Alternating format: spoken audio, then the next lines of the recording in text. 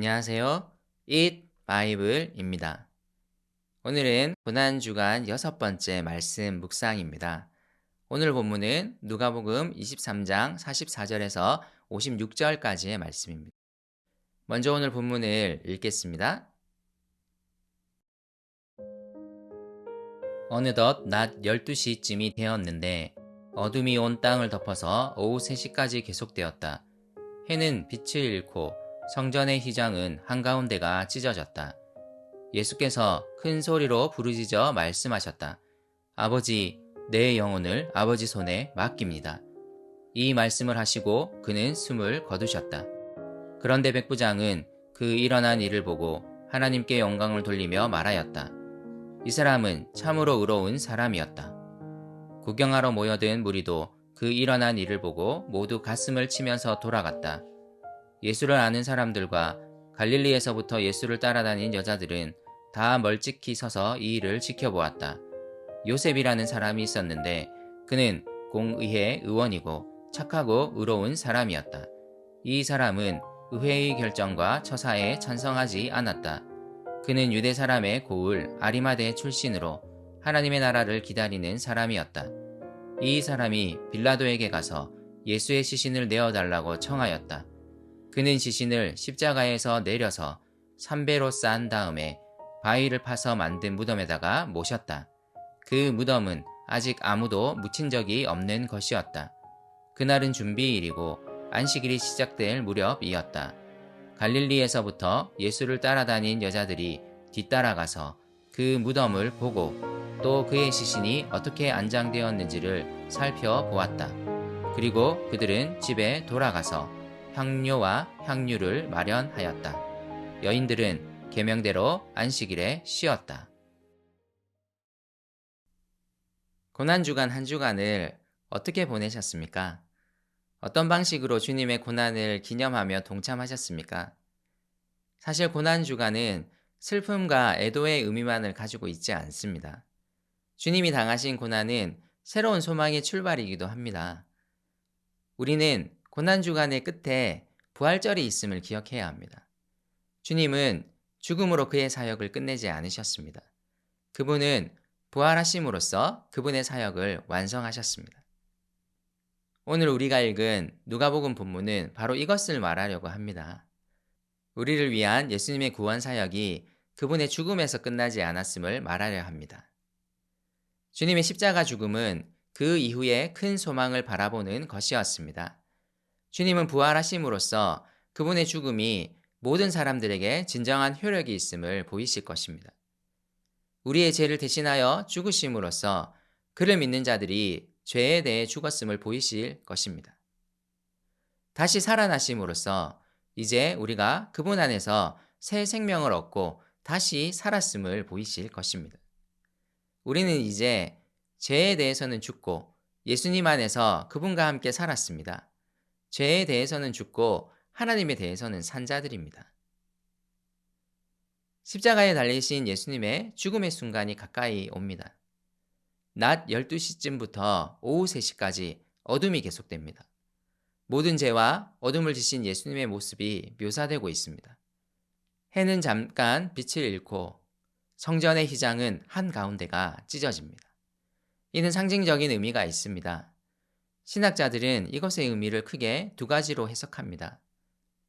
메시아를 십자가에 달리게 한 유대 종교 지도자들과 그들의 낡은 율법 체계를 향한 심판의 메시지로 보기도 합니다. 그리고 또한 성소와 지성소를 구분하도록 했던 휘장이 찢어짐으로써 하나님께로 가는 길이 모두에게 열렸음을 상징하는 메시지로 보기도 합니다. 이 두 가지 해석 모두 적절하다고 생각합니다. 어쨌든 예수님은 그분의 십자가로서 새로운 질서가 왔음을 알리셨고 그분의 십자가가 모든 사람들을 위한 것임을 보여주셨습니다. 그리고 예수님은 숨을 거두십니다. 아버지, 내 영혼을 아버지 손에 맡깁니다. 이렇게 크게 외치신 후 숨을 거두십니다. 예수님은 한 번도 경험해 보지 못한 죄인들에게 주어져야 마땅할 하나님의 심판을 오롯이 혼자 짊어지고 계십니다. 그리고 자신을 하나님께 의탁하며 숨을 거두십니다. 이 장면은 앞으로 일어날 일에 대한 암시이기도 합니다. 하나님은 사람들의 죄를 대신 지신 그 아들을 그냥 내버려 두지 않으실 것입니다. 오늘 이 본문에는 부활에 대한 암시가 곳곳에 나옵니다. 이 장면을 지켜본 백부장의 입을 통해 예수님의 무죄가 선언됩니다. 예수님은 지금 사람들의 죄를 대신 지고 십자가에 달리신 것입니다. 의인이신 그분이 죄인들을 대신하여 십자가에 달리셨습니다. 누가는 백부장의 입을 통해 이 사실을 강조하려 합니다. 그리고 이제 예수님의 부활이 준비됩니다.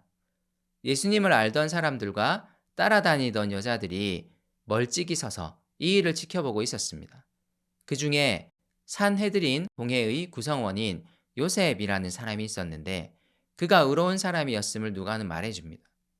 그는 예수님을 사형에 처한 공회의 결정에 찬성하지 않은 사람이었고 메시아를 통해 하나님의 나라가 오기를 간절히 기다렸던 사람이었습니다. 이 요셉이 용기 있게 빌라도에게 가서 예수의 시신을 내어달라고 요구합니다. 그리고 그는 예수님의 시신을 십자가에서 내려 삼배로 싼 다음에 아직 아무도 묻힌 적이 없는 새 무덤에 묻습니다.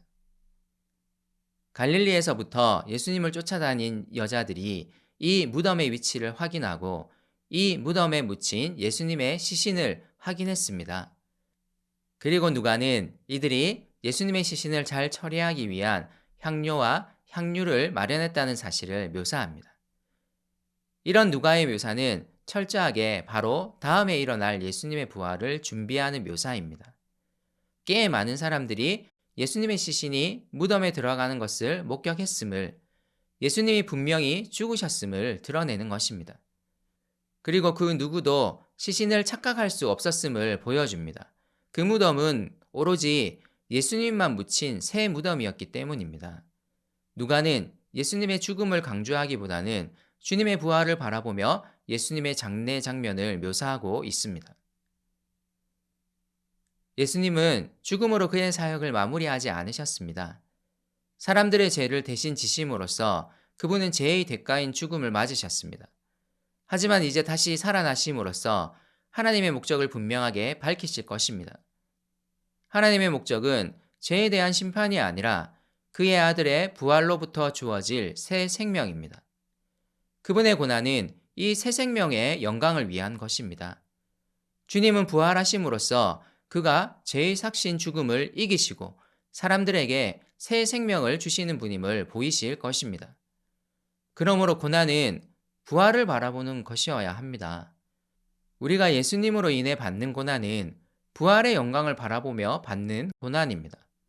우리에게는 분명한 부활의 약속이 있습니다. 우리에게 마침내 주어질 영원한 생명을 바라보며 오늘 우리는 주님의 고난에 동참합니다.